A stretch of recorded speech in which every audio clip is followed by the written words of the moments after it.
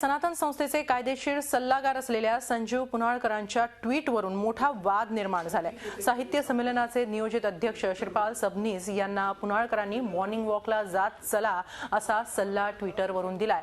हा नेमका सल्ला आहे की धमकी अशी जोरदार चर्चा सुरू झाली आहे।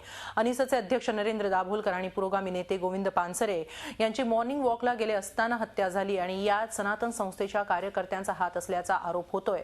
त्यामुळे पुनाळकरांचं हे ट्विट वादात सापडलंय। पुनाळकरांनी असं ट्विट करण्यापेक्षा थेट खुली चर्चा करावी असं आव्हान सबनीस यांनी दिलंय। संतांची ही भूमी अजून किती दाभोलकर आणि पानसरेंच्या रक्तानं माखली जाणार आहे असा सवालही त्यांनी केलाय। प्रतिक्रिया देताना मात्र सबनीसांना रडू कोसळलं।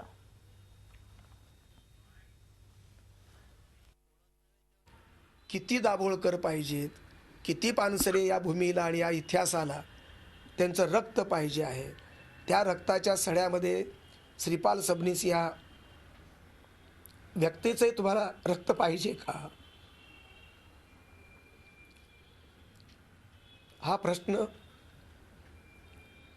मी महाराष्ट्राच्या वर्तमान सरकारसमोर आणि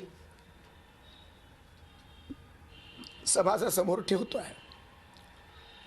माझ्या डोळ्यातलं पाणी हे माझी मर्यादा किंवा मी माझ्या करण्याच्या धमक्या किंवा गर्भितपणे एका वकील मित्रानं दिलेली धमकी हा माझ्या संस्कृतीचा पराभव मला वाटतो।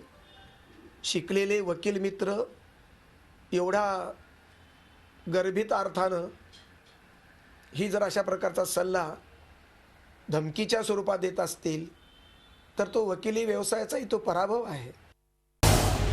झी 24 तास रहा एक पाऊल पुढे।